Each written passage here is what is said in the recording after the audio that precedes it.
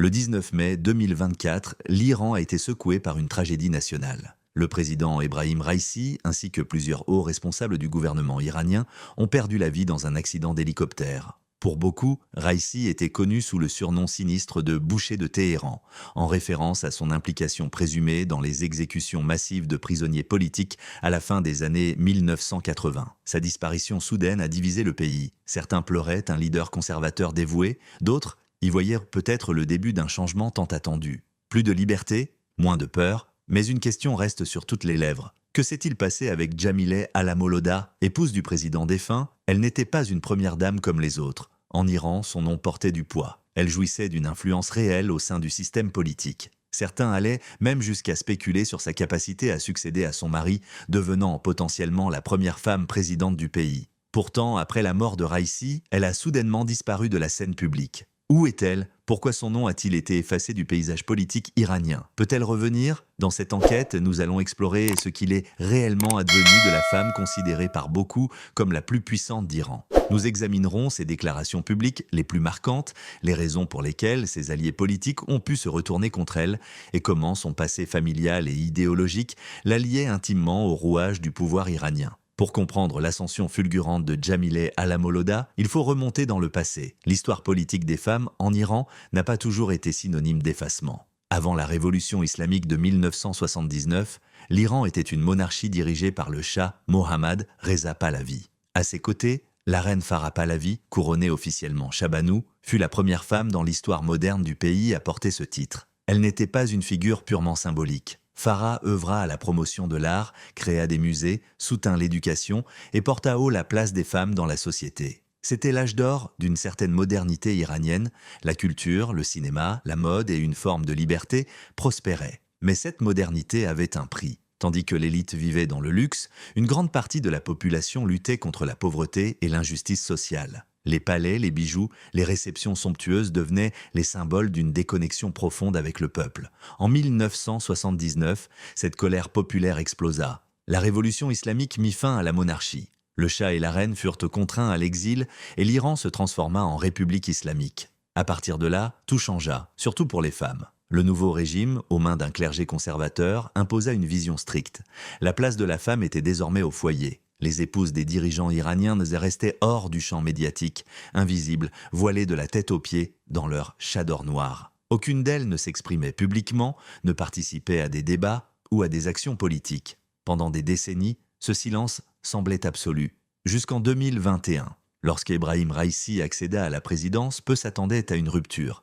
Mais Jamileh Alamoloda surprit. Elle ne resta pas dans l'ombre. Elle donna des interviews, accompagna son mari lors de visites officielles à l'étranger, prit la parole lors de conférences, dirigea des programmes éducatifs soutenus par l'État et défendit la politique du régime envers les femmes. Bien qu'elle portât le chador et respectât les codes du système, elle occupait un espace public que plus aucune première dame n'avait investi depuis la Révolution. Certains la qualifièrent de courageuse, d'autres la considéraient comme une menace. Mais une chose est certaine, Jamileh Alamoloda n'était pas une épouse ordinaire. Et maintenant que son mari est décédé, beaucoup soupçonnent qu'elle pourrait préparer quelque chose de plus grand encore. Née en 1965 à Mashhad, la deuxième ville du pays et l'un des bastions religieux les plus importants d'Iran, Jamileh vient d'une famille influente. Son père, Ahmad Alamoloda, est un religieux conservateur de premier plan. Il dirige la prière du vendredi à Mashhad et siège au sein de l'Assemblée des experts, l'organe chargé de désigner le guide suprême de la République islamique. En 1983, à l'âge de 18 ans, Jamileh Alamoloda épouse Ebrahim Raïssi, un jeune magistrat alors en pleine ascension dans l'appareil judiciaire de la République islamique d'Iran. Tandis que Raïssi gravit les échelons du pouvoir au sein du régime, Jamileh choisit une voie plus discrète mais tout aussi stratégique, l'éducation.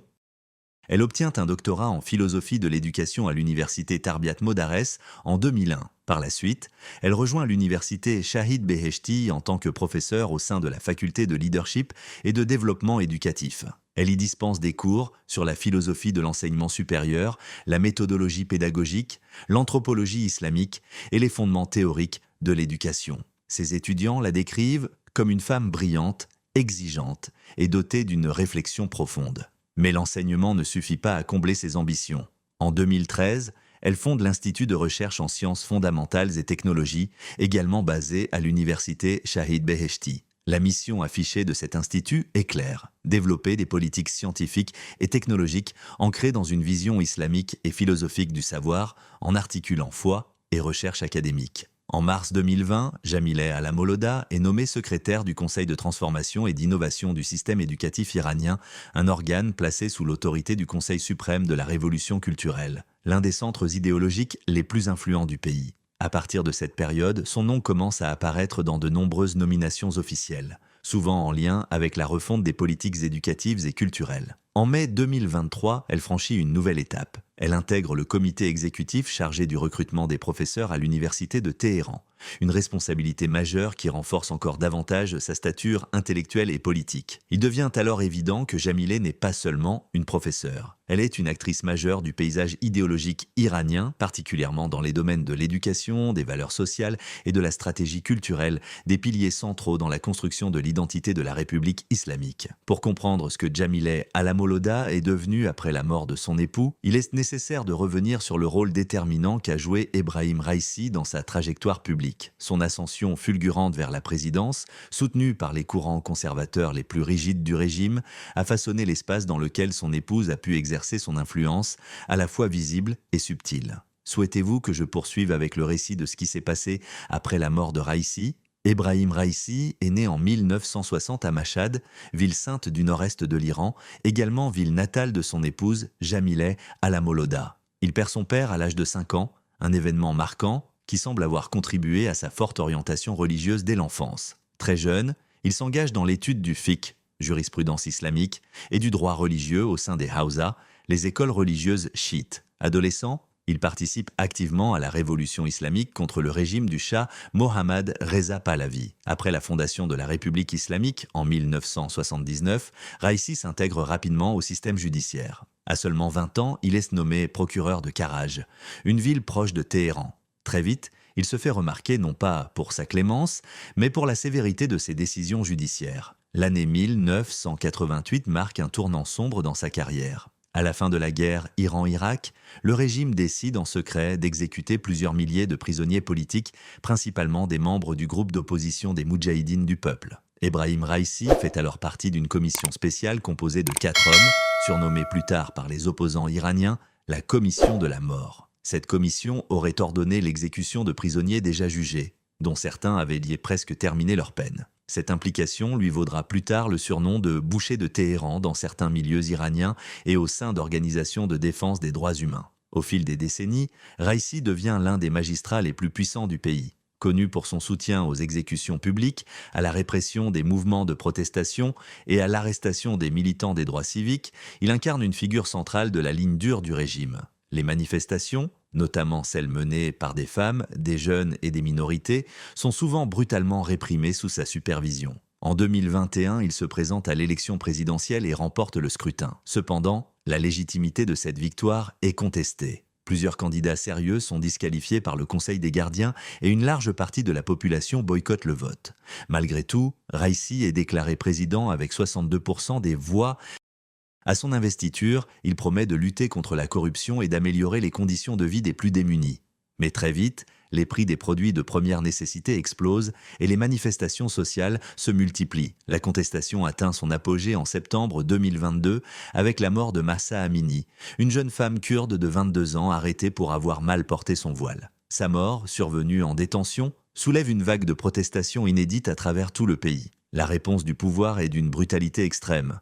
Plus de 500 personnes tuées, dont des enfants, et plus de 20 000 arrestations. Malgré cela, Raïssi demeure fidèle au guide suprême Ali Khamenei. Il continue de défendre une ligne idéologique ultra-conservatrice, soutenant le port obligatoire du hijab, restreignant les libertés individuelles et muselant les voix dissidentes. Pendant que son épouse, Jamileh Al-Moloda, apparaît calme et mesurée face aux médias, lui gouverne avec une poigne de fer. C'est cet homme que l'on retrouve constamment aux côtés de Jamileh lors d'interviews officielles, de conférences de presse, de voyages à l'étranger, notamment en Amérique latine. Depuis sa mort, une question persiste.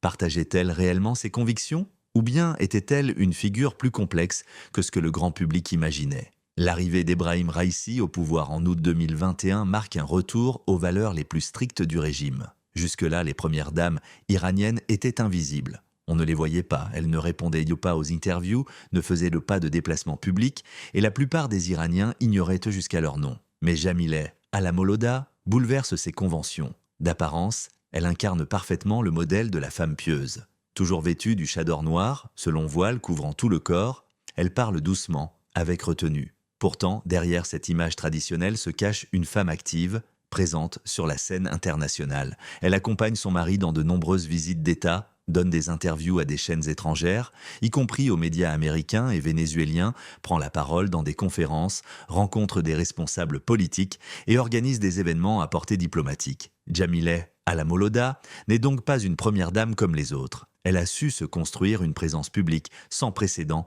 pour une femme dans sa position. Aujourd'hui, alors que l'Iran entre dans une nouvelle période d'incertitude politique après la disparition d'Ebrahim Raïssi, beaucoup se demandent quel rôle elle jouera dans les mois à venir. Et si elle poursuivra cette trajectoire autonome ou rentrera dans l'ombre du pouvoir qu'elle a longtemps côtoyé. En janvier 2023, Jamileh Al-Moloda organise un événement de grande envergure à Téhéran, baptisé le Congrès des femmes d'influence.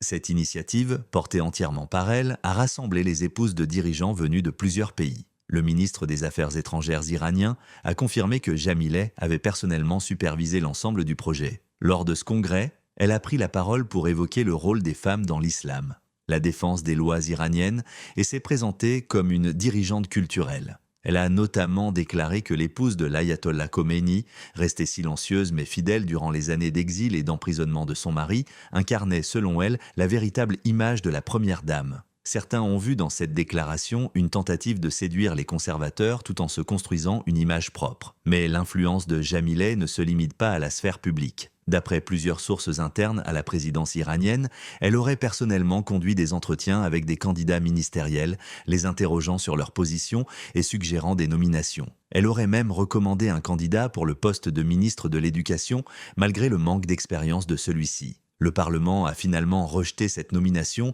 provoquant des tensions au sein de la classe politique. Selon certaines fuites, le guide suprême Ali Khamenei aurait adressé un message privé à Ebrahim Raïssi, lui demandant de limiter l'ingérence de son épouse dans les affaires de l'État. Mais cela n'a eu aucun effet. Jamileh a continué à exercer une influence significative, en particulier dans les domaines de l'éducation, de la culture et des valeurs familiales.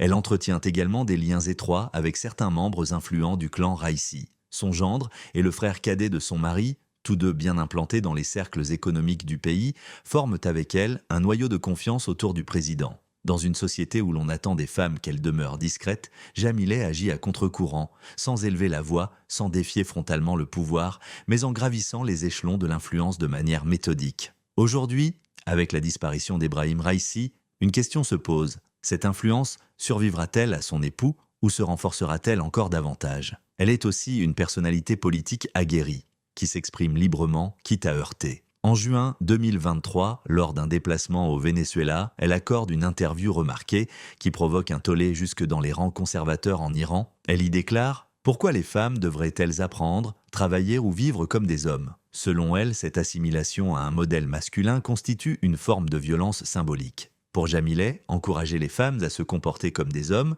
en poursuivant des études, en menant une carrière ou en recherchant l'indépendance, revient à nier leur nature véritable. Elle ne parle pas ici de violence physique, mais de ce qu'elle appelle une agression sociale, imposée par la modernité. Elle accuse les sociétés occidentales de nuire aux femmes sous couvert de liberté. Elle affirme que les mouvements féministes se concentrent uniquement sur les violences conjugales, tout en ignorant, selon elle, une forme de violence institutionnalisée présente dans le monde professionnel ou public. En septembre 2023, alors que l'Iran adopte une nouvelle loi controversée sur le port du hijab, Jamileh défend ouvertement ce texte. Dans une interview accordée à la chaîne américaine ABC, elle déclare « Cette loi est une marque de respect envers les femmes ». Elle précise que cette législation donne aux tribunaux le pouvoir d'infliger des amendes ou d'imposer des peines de prison aux femmes qui ne couvrent pas leurs cheveux dans l'espace public. Lorsqu'on lui a demandé si les sanctions imposées aux femmes qui refusent de porter le hijab n'étaient pas excessives, Jamileh Al-Moloda a comparé cette obligation à celle du port d'un uniforme à l'école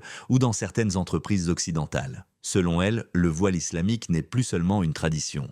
Il est désormais inscrit dans la loi. Et toute loi, affirme-t-elle, doit être respectée. Quiconque enfreint la loi doit être puni, a-t-elle insisté, sans toutefois répondre clairement à la question de savoir si les femmes devaient aller en prison pour avoir refusé de se couvrir la tête. Elle s'est contentée de déclarer « Dans tous les pays du monde, transgresser la loi entraîne des conséquences ». Après la mort de Mahsa Amini, cette jeune femme arrêtée en septembre 2022 pour avoir mal porté son hijab et décédée peu après en détention, Jamilet a soutenu la version officielle du régime. Elle a affirmé que Mahsa était morte de cause médicale et non des suites de violences policières. Elle a nié toute responsabilité de l'État dans la répression des manifestations et a pointé du doigt les puissances étrangères, notamment les États-Unis, qu'elle accuse d'avoir lancé une campagne médiatique frauduleuse dans le but de ternir l'image de l'Iran à l'international. Dans un entretien avec la chaîne Al-Mayadeen, elle est allée encore plus loin. Elle a dénoncé une tentative hégémonique de l'Occident qui chercherait à imposer au monde entier une nouvelle définition du féminisme. Selon elle, les femmes iraniennes,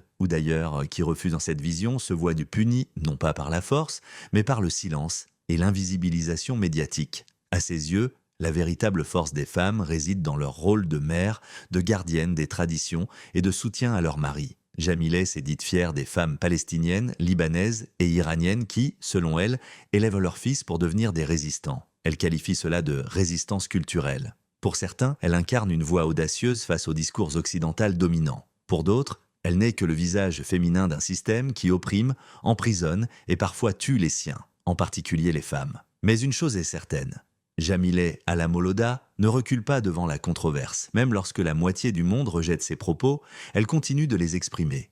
Jusqu'à un tournant tragique, le 19 mai 2024, l'Iran est frappé par un drame national.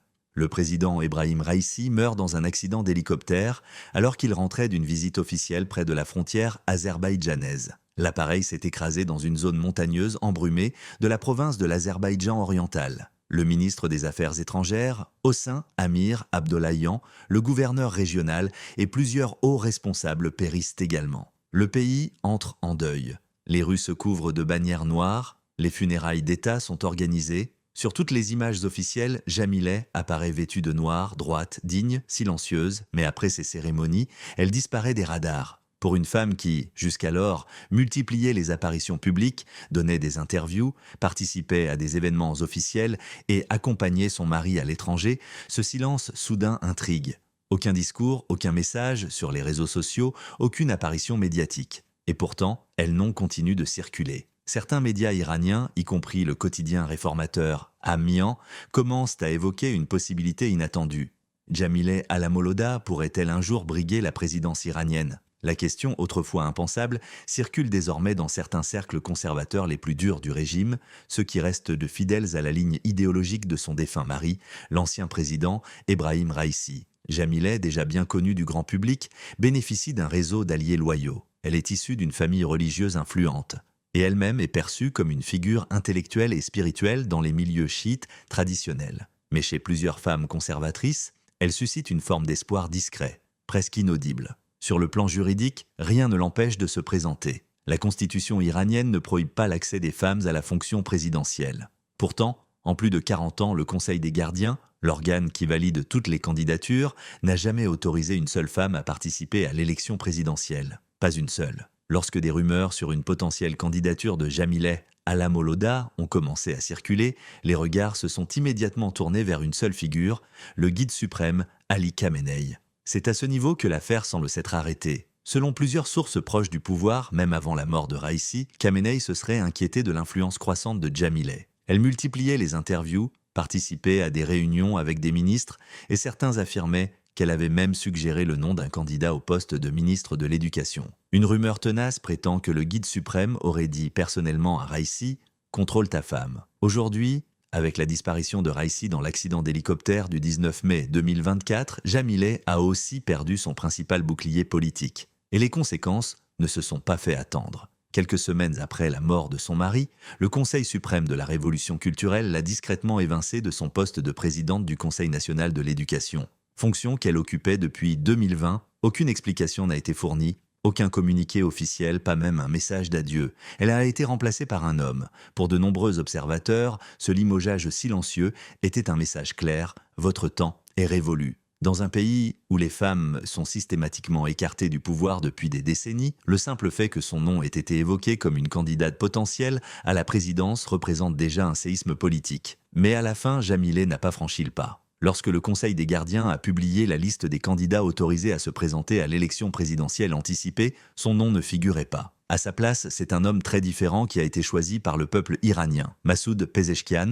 un réformateur modéré, ancien ministre de la Santé. Sa campagne, axée sur l'apaisement, la réconciliation et l'unité nationale, a trouvé un écho dans une population fatiguée par des années de tension. Il a remporté l'élection. Fin juillet 2024, Pezeshkian est devenu président de la République islamique d'Iran. Mais cette fois, aucun rôle de première dame ne l'attendait. Son épouse est décédée depuis plusieurs années et il n'a jamais refait sa vie. L'Iran n'a donc pas de première dame officielle.